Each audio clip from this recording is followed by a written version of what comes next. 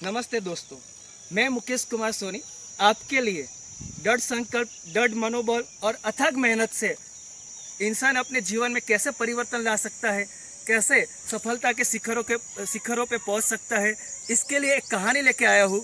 तो अमेरिका देश के टेक्सास शहर में एक 9 साल का लड़का था। 9 साल की उम्र में उसको लकवा ग्रस्त हो गया और अपना शरीर का हिलन चलन बंद हो गया। इससे वह अपना हाथ और पैर हिला नहीं सकता था, अपने आप चल नहीं सकता था। तो वह बहुत निराश हो गया। वो 3 साल तक जमीन पर चल नहीं सका। डॉक्टरों ने तो यहाँ तक कह दिया था कि बच्चा काठी या व्हील चेयर के बिना चल नहीं सकेगा, जीवन भर उसे व्हील चेयर के सहारे रहना पड़ेगा। मगर लड़के को ये बात मंजूर नहीं थी। वह अपने मन में ठान लिया था कि मेरे पैर एक दिन चलेंगे, वह दौड़ेंगे और कुदका लगाएंगे। तो एक दिन वह बैठा है, सोचने लगता है और अपने पैरों को बोलता है कि मेरे दोस्तों, आप एक दिन चल सकोगे, दौड़ सकोगे और लंबे या ऊंचे कुदके लगा सकोगे। वहाँ उसका बैलेंस चला जाता है, वह गिर पड़ता है।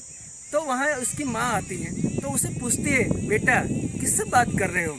तो उसने कहा कि मैं मेरे अपने पैरों से बात कर सकता हूँ। तो उसने माँ ने कहा, पैर कैसे सुन सकते हैं? तो उसने कहा, पैर चल नहीं सकते मगर सुन तो सकते हैं। तो उसकी माँ ने कहा, क्या कह रहे थे? तो उसने कहा कि मैं पैरों को कह रहा था कि एक दिन तुम चल सकोगे, दौड़ सकोगे और लंबे ऊंचे कुदके लगा सकोगे। तो उसकी माँ ने उसे हिम्मत देते हुए कहा, बेटा जरूर, अगर आप हिम्मत नहीं हारोगे तो आप एक दिन जरूर दौड़ सकोगे, चल सकोगे और लंबे कुदके लगा सकोगे। तो ये धीरे धीरे कसरत करने लगा, पानी में कसरत करने लगा, तैरने लगा, थक जाता, गिर जाता, मगर कभी हिम्मत नहीं हारता और अपने पैरों के साथ वह बहुत ज़्यादा कसरत करता था।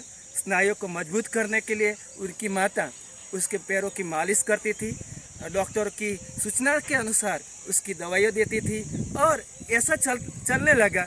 और बाद में धीरे धीरे करके उसके पैर में जान आने लगी और कुछ समय बाद धीरे धीरे वह चलने लगा। और शुरुआत में वह कैलिपर्स, कमर तक कैलिपर्स लगा के चलता था, बाद घुटनों तक लगाने लगा, फिर अपने पैरों में लगाने लगा। बाद में उसने कैलिपर्स निकाल दिए और अपने पैरों पे चलने लगा, धीरे धीरे करके दौड़ने लगा। तो इससे वह अपने टेक्सास शहर में आयोजित रमोत्सव देखने गया।